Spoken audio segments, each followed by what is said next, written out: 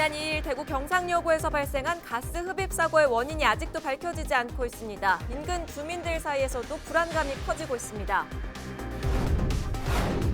오는 27일로 무허가 축사 적법화 시한이 만료됩니다. 경북의 경우 절반 이상이 아직 진행 중이거나 아예 손을 놓고 있었습니다. 태풍 링링이 북상하면서 경북 지역에서도 피해가 우려됩니다. 경상북도는 재난안전대책본부를 가동하고 비상근무에 들어갔습니다. 벌초를 하러 산에 올랐다 실종된 80대 노인이 실종 닷새 만에 숨진 채 발견됐습니다.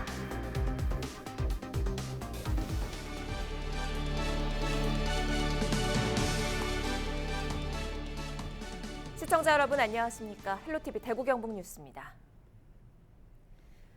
지난 2일 대구 경상여고에서 발생한 가스 흡입 사고의 원인이 여전히 밝혀지지 않고 있습니다. 경상여고 학생과 학부모는 물론 인근 초등학교와 주민들 사이에서도 불안감이 커지고 있습니다. 김선경 기자입니다. 지난 2일 가스 흡입 사고가 발생한 대구 경상여고. 원인을 찾는 조사가 시작됐지만 결과는 여전히 오리무중입니다. 민원이 제기된 2년 전부터 이미 23차례나 보건환경연구원의 검사가 진행됐지만 정확한 이유를 밝혀내진 못했습니다. 학생들은 물론 주민들도 불안함을 토로합니다. 일부 거주자들 사이에선 비슷한 악취를 경험한 적이 있다는 이야기도 나옵니다. 아침 되면 이렇게 쇠 냄새 같은 거 좀 많이 나요. 공기가 이렇게 좀 코끝인데 배하다는 느낌? 진짜 냄새가 심할 때는 문을 못 열어요. 요즘 같은 경우는 아침 저녁은 시원하니까 열어놓고 뭐 자기도 하고 하는데 이럴 때 진짜 심할 때는 심해요. 머리 아프고. 경상여고 인근 또 다른 학교 학부모들도 걱정이 커졌습니다. 불안해서 지금 중2고 고등학교로 가야 되는 입장에서 원인 자체를 못 찾고 그냥 계속 그렇게 하다 보면 좀 안 나면 또 조용하다가 또 한 번 나면 또 하고 그래도 원인을 모르겠다 이러면 또 그걸로 흐지부지하고. 교육청은 경상여고를 제외한 공단 인근 학교에서 가스 문제로 신고가 들어온 적은 없다고 밝혔습니다. 시민단체들은 그러나 사안이 커진 만큼 해당 지역을 악취 관리 지역으로 정하는 등 적극적인 대책이 필요하다고 말합니다. 관리 지역이 되면 학교 1km 내 시설에서 배출할 수 있는 악취 기준이 더 엄격해집니다. 시설도 노화돼 있고, 그다음에 이거를 전담할 수 있는 이 인력도 그런 부족한 어떤 그런 상황 속에서 이런 것들을 해결하기 위해서는 좀 대구시 차원의 적극적인 어떤 그런 실태 조사와 그다음에 재정 지원이라든가 이런 것들이 좀 필요하다고 생각합니다. 지난 2년 동안 경상여고에서는 모두 170여 명의 학생과 교직원이 구토 등의 증세로 병원 신세를 졌습니다. 헬로티비 뉴스 김선경입니다. 오는 27일로 무허가 축사 적법화 시한이 만료됩니다. 그런데 전국에서 축산 농가가 가장 많고 그만큼 무허가 축사도 많았던 경북 진행 상황을 살펴봤더니 절반 이상이 아직 진행 중이거나 아예 손을 놓고 있었습니다. 현장 점검 360도 박은경 기자입니다.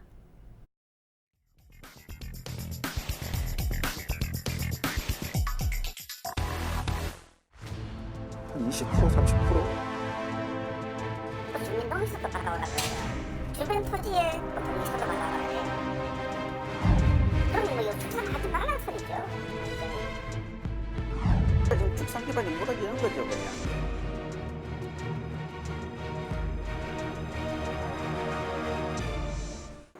무허가 축사 적법화 시한 만료를 앞두고 경북도는 최근 적법화 시행률이 90% 정도라고 발표했습니다. 하지만 자세히 들여다보면 아직 진행 중인 곳이 대부분이고 적법화를 완료한 곳은 5곳 중 2곳. 그러니까 실제 이행률은 40% 정도에 불과합니다. 포항의 한 축산 농가입니다. 건폐율 초과로 무허가 축사 판정을 받았습니다. 자연 녹지 지역의 경우 대지 면적의 20%까지만 건축을 할 수 있는데 이를 어긴 겁니다. 허가를 받으려면 축사의 절반을 허물어야 할 판입니다. 철거를 꽤 좀 많이 해야 되고 뭐 다른 부분도 이렇게 손을 많이 대야 돼요. 건축비가 뭐 한 몇천만 원, 수천만 원 될 겁니다. 그것도. 경주에 있는 또 다른 농가도 건폐율이 문제가 됐습니다. 건폐율에 포함되지 않는 가설 건축물로 다시 신고하기 위해 멀쩡한 지붕을 투명한 소재로 교체하고 있습니다. 건폐율이 안 나오니까 가설로 해야 되고 그 부분은 이제 지구망 교체 그래야 허가가 나는 부분이고. 당초 정부는 2015년 환경오염을 막는다는 취지로 가축분뇨법을 시행하고 무허가 축사 해소에 나섰습니다. 하지만 막상 법이 시행되자 가축분뇨의 자원화나 적정 처리에 관한 규제보다 축사 자체에 대한 건축법 위반을 단속하는 경우가 더 많아지면서 농가에서는 볼멘 소리가 끊이지 않고 있습니다. 사육두수가 도대체 얼마인지는 정확하게 알아야 비조오염원에 대한 관리를 할 수 있거든요. 그러니까 그 취지는 맞습니다만 전체적인 축산 분야를 봤을 때는 좀 축산 종사자분들이 느낄 때 상당히 압박감을 느낄 수밖에 없는 구조죠. 그래도 불법이니 어쨌든 적법화를 하려고 해도 불가항력적인 이유로 할 수 없는 농가도 있습니다. 한우 200여 마리를 키우는 한 농가는 축사를 짓고 몇 년 뒤 땅의 일부가 역사문화 미관지구로 지정됐습니다. 시에서 이게 미관지구 묶을 때 저희한테 뭐 이렇게 했는 부분도 없고 저희가 통보해 놓은 것도 뭐 공청회 같은 거친 것도 없고 일반 시에서 미관지구 이런 식으로 구분을 해놨거든요. 제가 허가를 내려고 들어가니까 이게 미관지구를 묶여서 아무것도 안 된다고 이렇게 얘기를 하더라고요. 처음에 우사 지을 때는 그런 게 없었는데. 그렇다고 축사 이전이 쉬운 것도 아닙니다. 저도 지금 다른 데 축사를 지으려고 이제 땅을 알아보고 있어요. 근데 이게 잘 팔지도 않을 뿐더러 축사한다 그러면 또 사람들이 안 팔아요. 안 팔고 또 허가 내기도 힘들어요. 허가도 잘 안 내주는데 또 주민동의서도 받아오라 그래요. 주민도 또 동의를 안 해줘요. 그 요즘은 또 들리는 소문에 주변 토지에 또 동의서도 받아오라 그래요. 그럼 뭐 이거 축사는 하지 말라는 소리죠. 완전히. 축사 진입로가 하천부지로 묶여 있어 어쩔 수 없이 농장을 신축 이전한 이 농가는 새로운 부지를 알아보는 데만 3년이 걸렸다고 말합니다. 민원 등으로 인해서 신축을 할 수 있는 경우가 현저히 줄었어요. 그래서 그런 땅을 고르는 데 시간이 일단 많이 걸렸고, 그리고 민원을 해결을 하더라도 이게 다시 신축을 해야 되니까 그 비용을 전국적으로 무허가 축사는 3만 1천여 곳, 경북에는 가장 많은 7,200여 곳이 있습니다. 지난달 기준으로 적법화를 완료한 경북도 내 농가는 2,900여 곳, 40% 정도에 불과합니다. 대부분은 이제 측량 중이거나 설계 도면을 작성하는 중인데 실제 적법화로 이어질지는 미지수입니다. 완료한 사람은 지금 손에 꼽아요 지금. 그러니까 뭐 저번에 뭐 뉴스 보니까 뭐 완료율 80% 뭐 그러던데 그거는 말도 안 되는 소리고. 이행률이 지지부진하자 정부는 지난주 측량 등 무허가 시설 개선을 시작이라도 하면 추가로 기한을 또 연장해주겠다는 방침을 밝혔습니다. 하지만 축사가 그린벨트 지역에 있거나 주변에 문화재, 상수도, 학교 등이 있어 적법화를 하고 싶어도 하지 못하는 농가들에 대한 구제 방안은 이번에도 없습니다. 저희가 뭐 강제로 이전이나 폐쇄를 할 수 없는 부분이기 때문에 이런 부분들은 뭐 폐업 유도를 하고 있는 상황이지만 어떻게 강제로 할 수 있는 부분은 좀 없습니다. 일부 농가는 실제 복잡한 절차나 비용 부담으로 폐업을 고민 중입니다. 경북 100여 곳을 포함해 전국적으로 1,000여 곳이 이미 폐업을 결정했습니다. 전체 축산인들이 다 뜯어야 되는 판국이면은 소가 송수출하가 될 거란 말입니다. 그리고 그 소가 들어갈 데도 없어요. 그러면 뭐 전부 다 도축을 하든지 그렇게 해야 될 건데 그것도 이제 현실적으로 맞지도 않고 지금 축산 기반이 무너지는 거죠, 그냥. 전문가들은 일률적인 제재에 앞서 지역별 가축 분뇨 배출량과 처리 능력에 대한 조사부터 진행하고 그 결과에 따라 유연한 대책을 세울 필요가 있다고 조언합니다. 과연 오염이라는 개념을 우리가 지역 환경 용량을 고려해서 이거를 카운팅해 줄 수가 있느냐라는 부분만 넘을 수 있다면 좀 더 축산업계에서도 종사자분들이 수용할 수 있는 타당한 이유를 환경부에서 제시할 수가 있겠죠. 근데 그게 준비가 안 된 상태에서 자꾸 적법화하라고 그러니까 반발이. 물론 정부는 적법화에 충분한 시간을 줬다고 항변할 수 있습니다. 하지만 축산 농민들의 반발을 고려한 단순 시간 끌기에 그치지 않기 위해서는 좀 더 적극적인 행정 재정적 뒷받침이 필요해 보입니다. 헬로티비 뉴스 박은경입니다.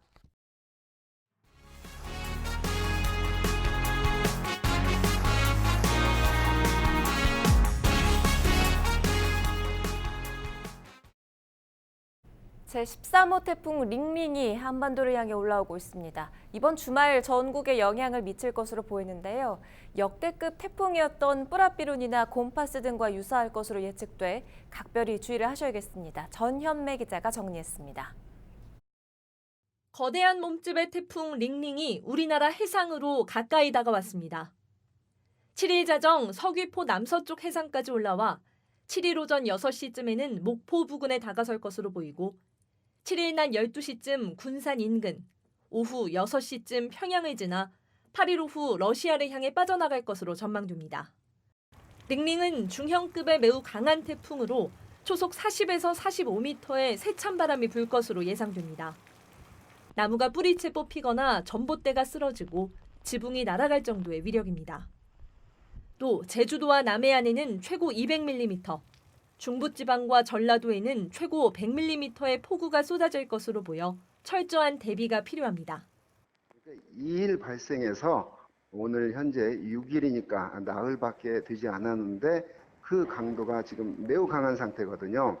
북위 30도 정도의 위도를 지나면 대부분 동쪽으로 전향을 하게 되는데 이 태풍은 그대로 서해상 쪽으로 그 황해도를 향해서 북상을 하는 다른 태풍과 다른 특징을 보이고 있는데 서해상을 지나면서 그 진행 방향의 오른쪽에 놓이게 되는 우리나라는 더 큰 그런 피해가 우려가 됩니다. 태풍 링링은 서해를 따라 올라갈 것으로 예상되기 때문에 전국이 태풍의 오른쪽, 즉 위험 반원에 들게 됩니다. 강풍 반경도 350km 이상으로 전망돼 전 지역이 크게 긴장하고 있는 상황입니다. 그 2000년 태풍 프라피룬, 2010년 태풍 곰파스, 2012년 볼라벤 태풍이 남쪽에서 발생해서 제주도 서쪽을 지나서 이와 같이 서해상으로 진입해서 우리나라 황해도 또는 경기도 일부 쪽으로 상륙을 해서 우리나라를 북한 쪽으로 가는 그런 진로를 밟은 태풍들인데 그거와 매우 유사한 진로를 밟고 있고 그러한 태풍이 지나갔을 때 그 풍속을 보면 어마어마한 그런 강한 바람이 불었거든요. 기상청은 시설물 관리와 안전사고에 각별히 유의해야 한다고 전했습니다. 또 태풍의 속도와 강도가 계속해서 변화하는 만큼 기상정보를 수시로 확인해달라고 덧붙였습니다. 헬로티비 뉴스 전현미입니다.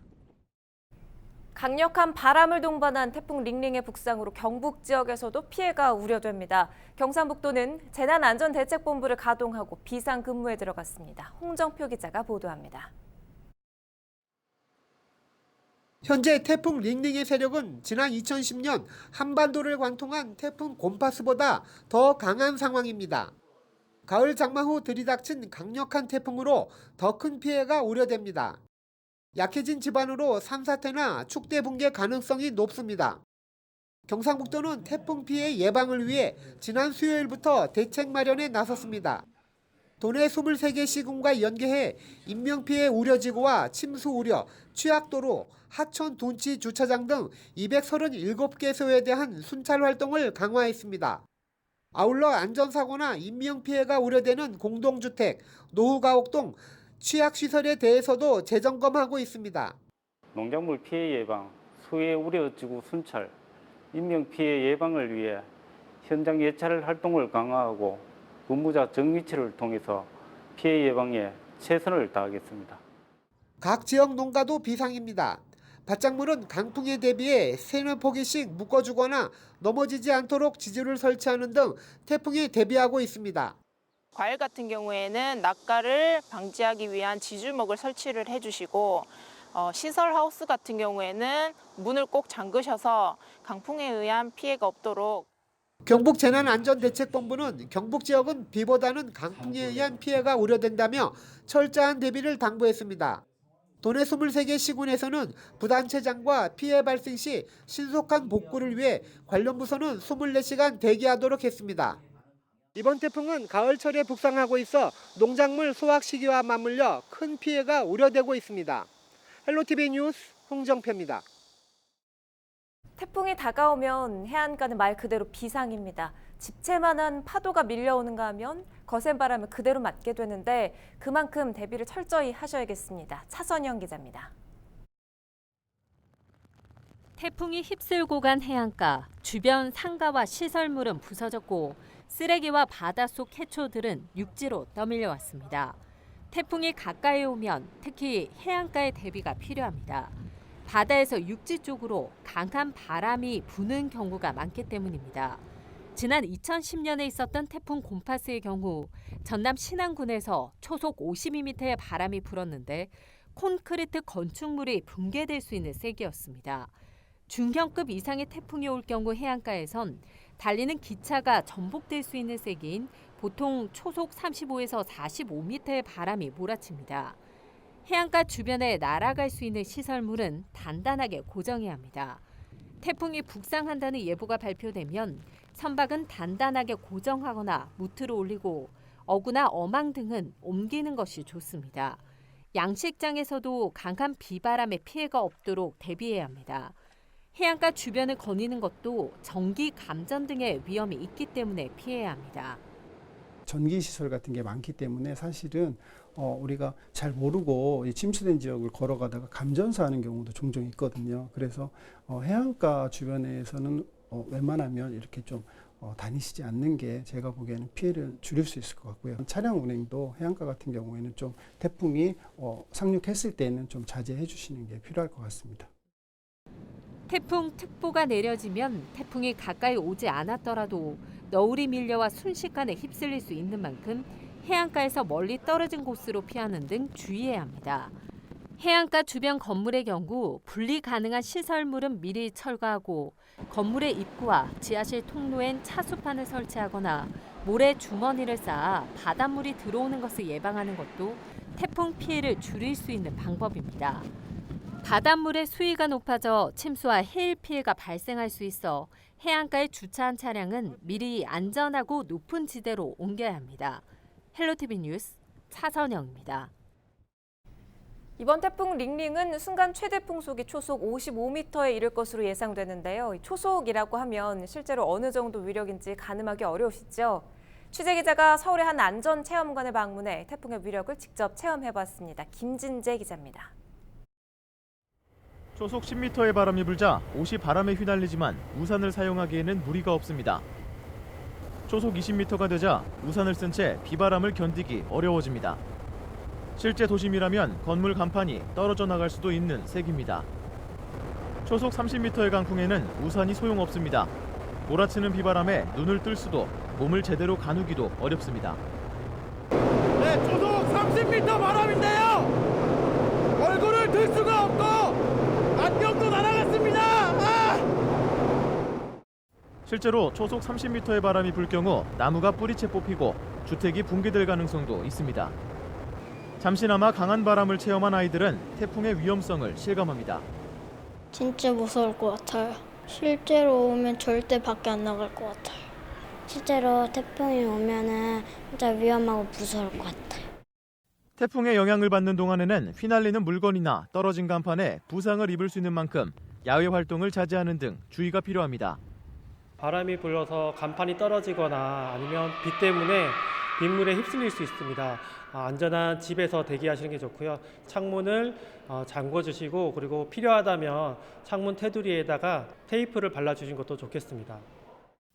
짧은 시간 동안 많은 비와 강한 바람을 동반하는 태풍. 재산과 인명피해를 막기 위해 철저한 대비가 필요합니다. 헬로티비 뉴스 김진재입니다. 이 강한 비바람에 수확을 앞둔 농작물들이 피해를 입지 않을까 걱정이 되는데요. 태풍이 오기 전과 태풍이 지나간 뒤 농작물 관리는 어떻게 해야 하는지 알려드립니다. 권미경 기자입니다. 노는 물이 차지 않도록 물꼬를 트고 논두렁 흙을 단단히 다져둬야 합니다. 또 물이 잘 빠지도록 배수로를 막고 있는 잡초나 이물질 등도 걷어내야 합니다. 밭은 고랑을 깊이 파서 물이 고이지 않게 하고 지주대를 단단히 세워두는 것이 중요합니다. 여기 넘어지면은 다 상해 보기 때문에 이게 이제 묵혀져 보거든. 그래가 묶어주고 있어요. 사과나 배는 미리 딸 수 있다면 따고 아직 수확할 시기가 되지 않았다면 바람에 열매가 떨어지거나 가지가 찢어지지 않도록 지주대에 가지를 묶어두는 것이 좋습니다. 비닐하우스는 비닐이 바람에 펄럭이지 않도록 이렇게 끈으로 단단히 동여매야 합니다. 태풍이 지나간 다음에는 가능한 빨리 논밭에 물을 빼고 땅이 마르기 전에 쓰러진 농작물을 세우는 것이 좋습니다. 습도가 높으면 농작물이 병에 걸리기 쉽기 때문에 방제 작업도 중요합니다. 비가 온 후에는 온도와 습도가 높아야 이제 병균이 이제 활발하게 활동할 수 있는 환경 조건이 이제 만들어지게 됩니다. 작물별로 이제 적용 약조를 살포해서 이제 병해충 관리를 철저히 해 주시면 되겠습니다. 잎이나 가지가 찢어진 과수와 밭작물에는 상처를 회복할 수 있도록 거름과 영양제 등을 주는 것도 도움이 됩니다. 헬로티비 뉴스 권미경입니다. 강한 비바람과 파도를 동반하는 태풍은 바다 위에 설치된 가두리 양식장과 육상 양식장 등에 큰 위협이 되는데요. 한번 났다 하면 큰 피해로 이어진 만큼 철저한 대비가 필요합니다. 표영민 기자입니다. 태풍 쏠릭이 휩쓸고 지나간 남해안 해상 가두리 양식장입니다. 높은 파도와 강풍으로 양식 시설이 엉망이 됐습니다. 이처럼 태풍에 취약한 양식장들은 태풍 북상 전부터 꼼꼼한 점검이 필요합니다. 해상 가두리 양식장의 경우 그물망과 답 부자에 연결된 로프를 단단히 고정해야 합니다. 그물망은 작게라도 찢어지면 파도나 강풍에 의해 훼손 부위가 확장돼 양식 생물이 유실될 수 있기 때문에 사전에 그물망 손질을 마쳐야 합니다. 특히 이동할 수 있는 양식장 관리선과 양식장 시설은 안전한 항만 지역으로 이동시켜야 피해를 방지할 수 있습니다. 이 바람이 동반해 오기 때문에 바람에 이제 날아가지 않게 다른 이제 시설물을 또 고정을 하고, 그리고 또 뭐 고정이 안 될 경우에는 뭐 방파제 안으로 안전한 곳으로 뭐 이동 조치를 하고, 또 육상수조 양식장은 태풍이 접근하기 전부터 태풍이 소멸해 사육 환경이 좋아질 때까지 사료 공급을 중단하는 게 좋습니다. 갑작스러운 정전이나 단수에 대비해 깨끗한 사육수를 충분히 저장해두고 산소 공급 장치와 비상 발전기 가동 여부를 사전에 점검해야 합니다. 태풍이 지나간 후에는 깨끗한 해수를 공급하고 수조 내 이물질을 빨리 제거해야 수질 오염으로 인한 2차 질병 감염을 예방할 수 있습니다. 양식장과 마찬가지로 파도와 강한 비바람에 취약한 어선들도 태풍에 대비해 인근 항폭으로 미리 피항시켜야 합니다. 또 규모가 작은 소형 어선은 육지로 끌어올리고 정박 중인 어선은 결박을 단단히 해야 합니다. 헬로티비 뉴스 표영민입니다. 태풍의 규모가 어떻든 직접 영향을 받게 되면 주택에 물이 들어차거나 농사를 망치는 피해가 발생하죠. 당장 치우는 것도 걱정인데 어떻게 복구하고 또 보상을 받을 수 있는지 궁금하실 겁니다. 김현정 기자가 태풍으로 인한 피해 어떻게 보상받을 수 있는지 취재했습니다. 강풍에 쓰러진 대형 구조물이 지나가던 차량을 덮치고 하천변 주차장에 있던 차량은 갑자기 불어난 물에 완전히 침수됐습니다. 태풍이 올 때마다 차량 피해는 빈번하게 발생하는데 피해 보상은 가능할까? 자차 보험이 있는 경우에는 태풍 같은 천재지변으로 사고가 생겼을 때 전체를 보상받을 수 있습니다. 단 조건이 있습니다. 자치단체나 경찰 등에서 차량을 통제하는 구역을 진입을 한다거나 주차를 한 경우에는 보상에서 제외가 되고요. 또한 차량의 선루프나 창문을 열어놓아 빗물이 침투한 경우에도 보상에서 제외가 됩니다. 주택의 경우는 풍수해 보험에 가입돼 있다면 침수 등의 피해를 입었을 때 유용합니다. 태풍뿐 아니라 홍수와 호우, 해일, 지진 등으로 주택 파손과 침수 피해에 대한 보상을 받을 수 있습니다. 보험료의 절반 이상, 최대 92%까지 국가와 지방자치단체가 보조하고 있고 심한 바람으로 간판이 떨어졌다거나 이로 인해 누군가가 다쳤을 때도 관련 보상이 가능합니다. 수확을 앞두고 속절없이 떨어져 버린 과일, 강풍에 쓰러진 벼, 자연재해로 발생한 농작물 피해는 농작물 재해보험에 가입돼 있다면 보상받을 수 있습니다. 각 지자체와 농협보험사가 공동으로 재해로 인한 농작물의 피해를 보상해 주는데 보험료는 20%만 본인이 부담하고 80%는 국가와 지자체에서 지원하고 있습니다. 만약에 농가에서 피해를 입었을 때는 즉시 사진으로 기록을 유지하고 현장을 보존한 후에 가입농축협에 신고를 해주셔야 되고요. 피해자 현장 기록을 치워버린다든가 그러실 경우가 있을 때는 그건 절대로 안 되기 때문에. 피해가 극심한 경우에는 보험에 가입돼 있지 않더라도 농업재해대책법에 따라 국가적인 지원이 이뤄지기도 합니다. 이 밖에도 태풍으로 항공기가 결항돼 예정됐던 여행을 하지 못할 경우 공정거래위원회 소비자 분쟁 해결 기준에 따라 숙박이나 여행사 패키지 상품 등의 계약금은 전액 환불받을 수 있습니다. 한숨 나는 태풍 피해, 필요한 보험과 보상 방법 꼼꼼히 확인하시고 자연재해에 대한 대비도 철저히 하시기 바랍니다. 헬로티비 뉴스 김현정입니다.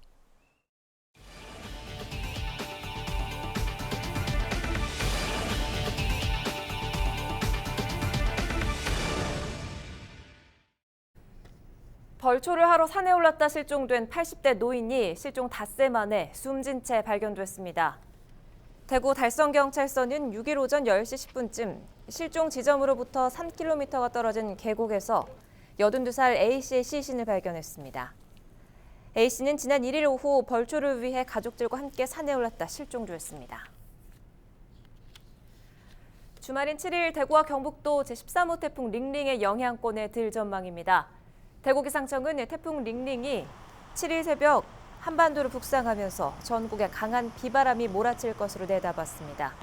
대구와 경북은 태풍의 진로에서 조금 비껴가면서 강풍과 함께 20에서 많게는 60mm가량의 비가 내릴 전망입니다. 대구시가 학자금 대출로 어려움을 겪는 학생들을 위한 지원에 나섭니다. 대상은 대구에 주소를 둔 대구와 경북 소재 대학교 재학생이나 휴학생, 2018년 이후 졸업생으로 학자금 대출을 갚지 못해 신용유예자가 된 경우입니다. 지원은 대구시 홈페이지를 통해 가능하며 자세한 사항은 대구시 120 달구벌 콜센터로 문의하면 됩니다. 지난 5월 말 기준 대구에서 학자금 대출로 부실 채무자가 된 청년은 모두 870명인 것으로 집계됐습니다.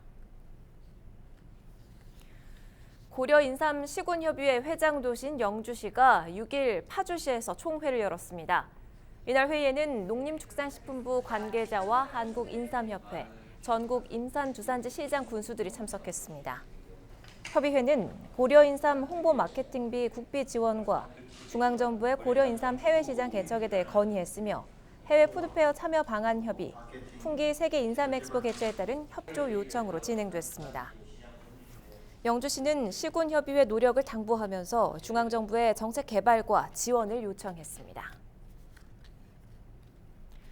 안동시의회 의원들이 추석을 맞아 전통시장 장보기에 나섰습니다.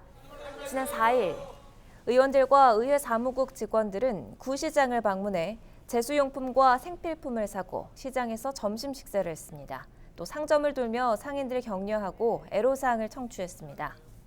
정운선 의장은 경기 침체로 구도심 상권이 쇠퇴 위기에 처해 있다며 많은 시민들의 이용을 당부했습니다.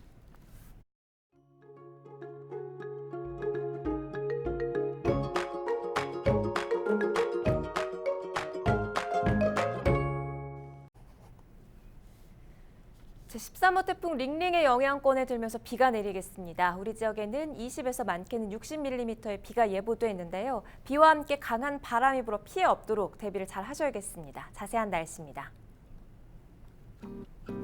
주말인 7일 아침에 23도로 시작해 한낮 기온 29도가 예상됩니다. 종일 흐리고 비가 내리다가 저녁에는 그치겠습니다. 우리 지역에는 20에서 60mm의 비가 내리겠고 시간당 20mm 이상으로 강하게 쏟아지는 곳이 있겠습니다. 시설물과 농작물 피해 없도록 주의하시기 바랍니다. 주말에는 전국이 태풍의 영향권에 들겠습니다. 태풍이 지나고 나서도 다음 주 초 흐리고 비가 내리는 날씨가 이어지겠습니다. 비는 화요일 오전까지 이어질 전망입니다.